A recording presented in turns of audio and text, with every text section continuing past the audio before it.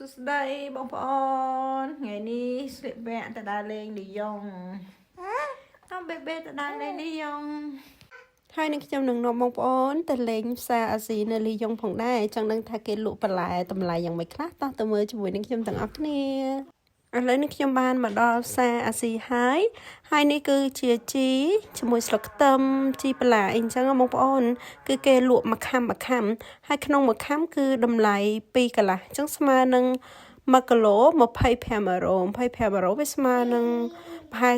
$30ណាបងប្អូនប្រហែល$28-$29អញ្ចឹងណាចឹងរៀងថ្លៃដែរណាបងប្អូននៅស្រុកនេះដាំខ្ទឹមដាំជីអីគឺលក់បានថ្លៃមែនតើហ្នឹងហើយមានជីម្បងអីហ្នឹងគឺថាតម្លៃដូចគ្នាទាំងអស់មួយខាំ2កន្លះ1គីឡូវាស្មើនឹង25អឺរ៉ូអញ្ចឹងណាបងប្អូនចា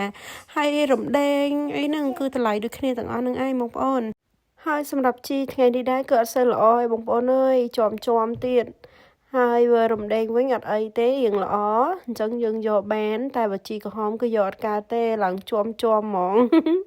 ចាឃ្លាននំបញ្ចុកចឹងហើយមកមើលជាមួយនឹងគ្រឿងយើងទៅមើលជាមួយសក្ខីហើយនឹង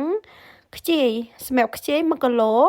20អឺរ៉ូបងប្អូនចាហើយមានមួយអមទៀតណាចាមួយអមក៏25ដែរមួយអមថ្ងៃហ្នឹងល្អគឺយកមួយហើយយើងយកជាមួយនឹងខ្ជាយហើយមានជាមួយនឹងស្លឹកខៃទៀតចា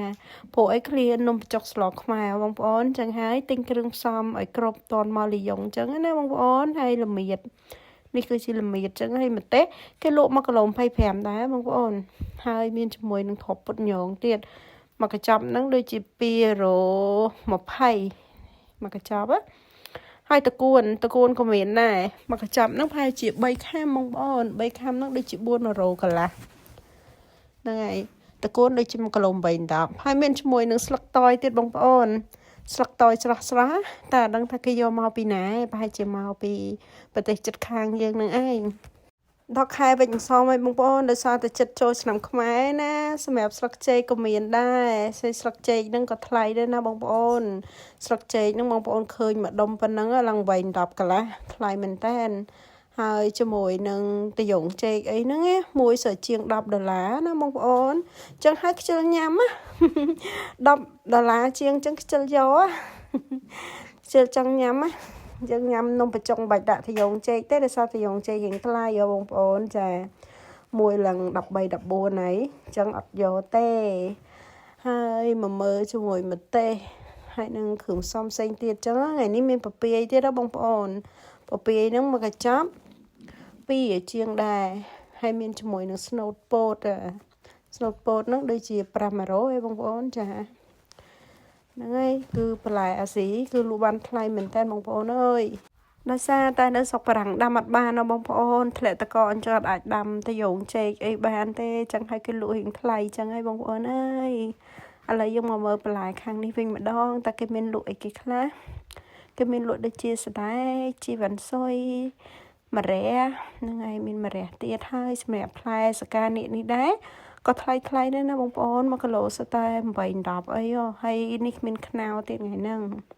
ហើយនេះបន្លែផ្ទីបងប្អូនថ្ងៃហ្នឹងមានផ្ទីទៀតហើយមានជាមួយនឹងដូងទៀតណាបងប្អូនដូងវិញគឺយកមកពីអ្នកជិតខាងយើងដែរហើយមួយដល់ទៅ4អឺរ៉ូដែរគឺរៀងថ្លៃដែរបងប្អូនចាបន្លែអាស៊ីហើយនឹងផ្លែឈើអាស៊ីគឺថ្លៃបងប្អូនតែបើសិនជាបន្លែបារាំងហើយនឹងផ្លែឈើបារាំងគឺអត់សូវថ្លៃទេបើសិនជាយើងចូលចិត្តញ៉ាំម្ហូបបារាំងចាគឺអត់សូវចំណាយច្រើនដូចម្ហូបខ្មែរយើងឯងបងប្អូនដោយសារតែម្ហូបខ្មែរយើងគឺមានគ្រឿងផ្សំច្រើនហើយណាមួយគឺគ្រឿងផ្សំនេះគឺលក់ថ្លៃទៀតបងប្អូនប៉ុន្តែធ្វើមិនទេបើម្ហូបខ្មែរយើងឆ្ងាញ់ហើយម្ហូបបរទេសអត់ចេះញ៉ាំផងហ្នឹងអញ្ចឹងហើយមានតែធ្វើម្ហូបខ្មែរយើងចុះលុយបន្តិចឯងហើយនេះគឺជាណែមជួរបងប្អូនមកកញ្ចប់ហ្នឹងគឺ$9ហើយរៀងថ្លៃដែរចាហើយយើងមានជាមួយនឹងខាត់ណាវិញ1គីឡូតែ6ជាងឯងហ្នឹងហើយនឹងខ្ញុំទិញខាត់ណាមកកញ្ចប់ដែរទុកទៅឆាឡតឥឡូវកំពុងតែរើសបន្លែយកល្អអញ្ចឹងណាបងប្អូនអញ្ចឹងឲ្យបងប្អូនរៀងមើលវិលមុខបន្តិចហើយចឹងវីដេអូនេះនឹងខ្ញុំសូមបញ្ចប់តែត្រឹមប៉ុណ្្នឹងសិនហើយបងប្អូនកុំឲ្យបងប្អូនឈឺក្បាលពេកដោយសារមើលទៅវល់ហើយចាំជួបនឹងខ្ញុំនៅវីដេអូក្រោយទៀតណា